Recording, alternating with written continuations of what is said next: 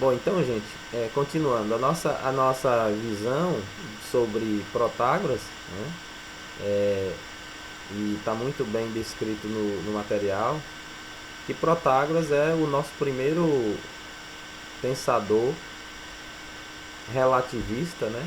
Ele é um dos primeiros a identificar o, os pontos de vista, as observações que o ser humano tinha. E ele não acreditava que o ser humano era capaz de chegar a um conhecimento amplo e universal, mas que a visão era que dependia muito do conhecimento de cada um, da vivência de cada um, das relações que cada um tinha com o conhecimento. E aí a gente volta a repetir, ele não está errado de todo, né? Ele tem uma função aí muito, muito importante na observação dele, né? E naquele momento a gente já tem uma discussão, é como se fosse uma discussão acadêmica que a gente tem hoje nas universidades, tá? O conhecimento ele é produzido dessa maneira. Alguém apresenta uma ideia e vem outro e faz uma crítica, acrescenta, acentua mais algo que o outro não viu. O que aconteceu nesse período foi justamente isso, né? Por exemplo, os grandes sofistas, eles não atacavam Sócrates de maneira assim pejorativa, negativa.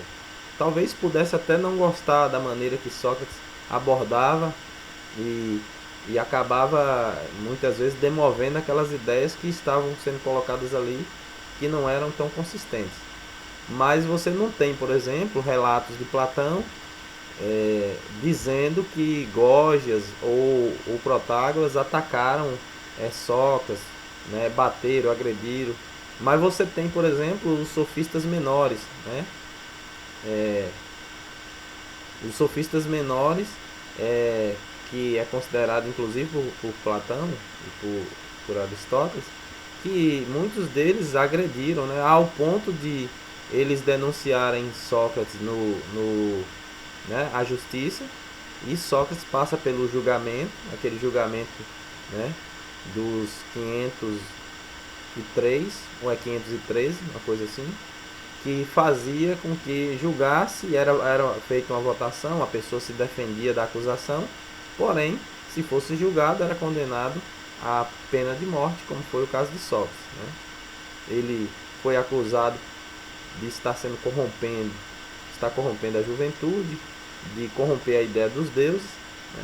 É bom lembrar que Protágoras, por exemplo, é uma das figuras que vai dizer assim que poderia até ser que os deuses existissem, mas ele não podia afirmar nenhuma coisa nem outra, porque na visão deles os deuses tinha desejos, tinha uma vivência muito parecida com os humanos. Então o que aparece na fala dele é que a ideia dos deuses vivia sob suspeita. Ele não confiava tanto, mas também não renunciava, né? Talvez por algum tipo de conveniência ele não ia bater de frente com essa ideia que era uma ideia cultural, que era uma ideia educacional do período. A ideia dos deuses era muito presente e foi motivo de acusação de Sócrates, mas Sócrates também nem bateu muito nessa questão dos deuses, tá? A gente não tem, por exemplo, um viés dele fazendo discurso contra os deuses. Ao contrário, ele defendia que se os deuses existissem, a postura dos deuses era bem diferente da qual as pessoas acreditavam, tá certo? E nós temos, por exemplo, a visão de Gorgias, que é uma visão assim mais radical em relação ao conhecimento. Ele pega lá aquela questão de o debate entre Heráclito e Parmênides, que nós já falamos sobre isso, discutimos em sala, a questão do ser e do não ser. Na visão de Parmênides, nós já sabemos, né? A visão do ser é e o ser não é, aquela visão. Ele então diz o seguinte: olha, essa questão do ser, ela não pode ser identificada, tá? Porque se for identificada, a gente não tem cognição, né? Não temos uma mentalidade, uma capacidade de entender o que o ser é. E se existir, não será capaz de se comunicar com nenhum de nós, não seremos capazes, e não seremos capazes, não temos linguagem para alcançar essa identificação do ser. Então, na visão do ser e do não ser para ele, era a visão de Gorgias era que o ser, ele era o nada, não existia. Tá? Então, a visão de Gorgias, nesse sentido, era mais radical. Ele não acreditava que seríamos capazes de identificar esse conhecimento, esse ser, né, lá, como diz Platão, do mundo das ideias. Né? O ser, a alma, ele não. E aí a gente pode até aqui dizer que talvez sejam os primeiros pensadores numa visão mais materialista, né? Que não acredita em nada depois, né? Assim, no sentido em relação ao depois, o pós-morte, ou, né, que existe uma alma, a origem de uma alma antes de existir o corpo. Enfim, que é a visão platônica, que é a visão aristotélica, que é a visão socrática. Né?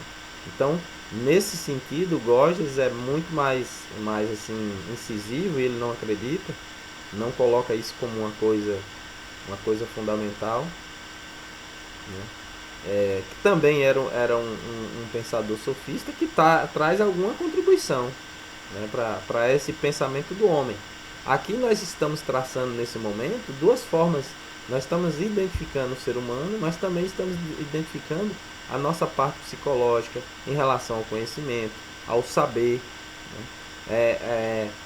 Nós estamos buscando, a própria filosofia está buscando nesse momento a identificação de como o ser humano produz um conhecimento, qual é a visão que ele tem de mundo, né? Quais são as realidades que ele estabelece nesse momento. Tá? Então, a visão desses sofistas, eles são interessantes, importantes, que vai gerar uma discussão, um contraditório, né? Que dentro do conhecimento é importante contraditório. Então, a filosofia clássica é uma filosofia riquíssima, né? Que vai desenvolver várias outras linhas de pensamento, né? Através de pensadores que foram alunos de Sócrates, nós vamos ter muitas correntes de pensamento, inclusive, como eu já havia dito para vocês, o alicerce de uma ciência mais tarde, né? Entre o século XVI e XVII, que a gente vai ter os grandes pensadores resgatando a visão da razão, que nesse momento impera no período clássico, né? Porque Sócrates, quando traz a visão da investigação do ser humano, do conhecimento, ele traz uma visão racional, ele usa a razão como investigação. Platão também usa a razão como investigação para se adquirir o conhecimento da verdade. Né? Nós temos, por exemplo, os sofistas, eles não têm, por exemplo, um método, né, uma sistematização, aquele processo do conhecimento que nós temos, início, meio e fim. Muitas vezes eles usavam muito as questões do conhecimento, do convencimento, para justificar-se, né, os meios aí, nesse caso, justificava-se os fins. Né? A gente sabe que uma coisa, o meio não pode justificar o fim, porque senão, lá no início, vai faltar alguma coisa, a origem, né, o processo da causa. Já Platão, Sócrates e Aristóteles, eles estão em cima desse tripé sistematizado, né, sistêmico. Eles vão traçar o conhecimento em cima da ideia de início, meio e fim, ou seja, a causa, né, como se chegar ao conhecimento e qual é a finalidade daquilo que foi causado. Né? Então, o processo de causa e efeito dentro da filosofia socrática, ela é muito presente. Sócrates é uma figura marcante porque ele interroga as pessoas na cidade para saber se elas realmente sabiam, né, do que estavam falando, e isso vai provocar o orgulho, né, das pessoas, eles vão ser tocados ali na sua vaidade, no seu orgulho, né, vai gerar alguns incômodos para ele de ser agredido, né, alguns sofistas, né, o que nós chamamos de sofistas menores? São aqueles debatedores, muitas vezes, que discutiam com Sócrates mas que eles não tinham, por exemplo, uma maneira mais aprofundada. Era como se fosse assim, pessoas da sociedade que nós vivemos hoje, alguém como político, alguém como de repente um escritor, alguém que escreveu um poema, alguém que escreveu uma, uma sátira, né? Alguém que falou sobre a beleza, alguém que fez um tipo de arte, né? Que criou uma visão da arte diferente. Tudo isso era considerado esses pensadores menores, sofistas menores, né? Creditados por Platão. É tanto que muitos deles entram em discussão com Sócrates na rua, né? Aqueles que foram acusadores de Sócrates, como Meleto, né? Você tem muitos outros indivíduos daquela sociedade que é, passaram a ver Sócrates como pessoa não grata, aquela pessoa que é detestada na sociedade. Inclusive ele era tido como a mosca de Atenas. Por que a mosca? Né? Porque a mosca perturba, né? A mosca incomoda, a mosca com o seu barulho, né? É bom a gente lembrar que Raul Seixas, né, coloca na sua música Eu Sou a Mosca, né, que pousou na sua sopa, fazendo uma referência dessa perturbação, né, que não adianta nem DDT para tentar exterminar, que ela vai continuar voltando, né? Realmente a mosca incomoda. Se ela rondar perto da gente ali de menos de um minuto, a gente já se sente incomodado, né? Então Sócrates era essa figura que se torna o pai da filosofia, porque ele vai identificar o conhecimento do ser humano e vai ser aquele que vai trazer a filosofia não para as especulações da natureza, mas para a especulação da vida humana. Ele vai investigar as questões da alma, as questões do amor, como eu já havia dito para vocês, né? São questões que Sócrates levantou. Em um dos livros que está aqui atrás, um livro sobre filosofia, que trata justamente da filosofia de Sócrates, eu listei aproximadamente assim, só na parte onde eu me propus a investigar, anotar, notificar, 15 itens que Sócrates discutiu com a sociedade da época, que era uma coisa que a gente tinha dificuldade e temos dificuldade até hoje. Uma delas é a questão da riqueza, a questão a questão do amor, a questão as questões de saúde, as questões da alimentação, as questões da sexualidade.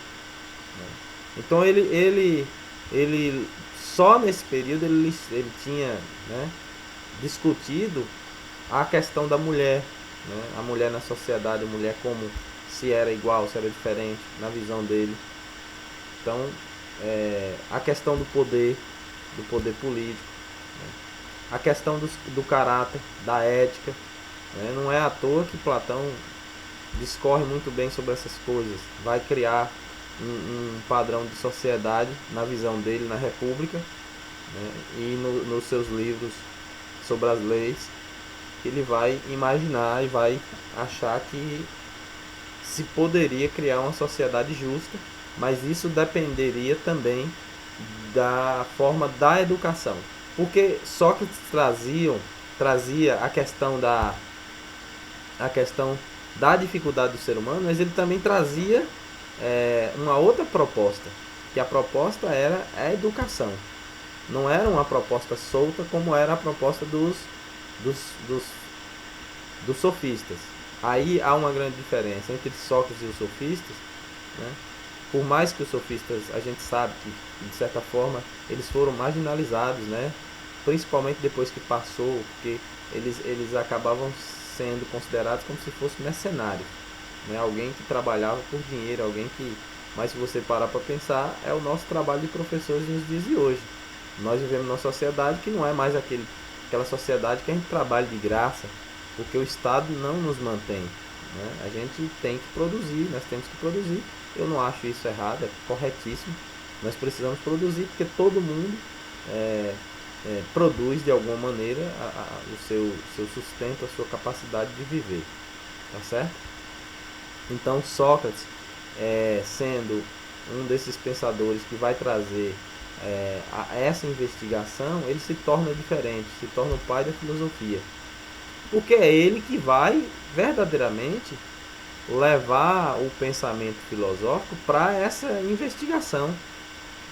Ali, ele, junto com os sofistas, ele tem uma base fundamental, porque em cima das ideias de Sócrates, Platão vai escrever suas teorias, e mais tarde, recebendo essas aulas de Platão, Aristóteles também, e tantos outros pensadores, né? Por exemplo, o pai do cinismo, Antisthenes, vai ser alguém que foi aluno de Sócrates, que mais tarde cria uma visão meio eremita, meio, né, afastado das coisas, da sociedade, do materialismo e do luxo, e da ostentação, e da postura de convenções, né? E muitos outros, né? Inclusive teve alunos de Sócrates que se tornaram até ditadores, né?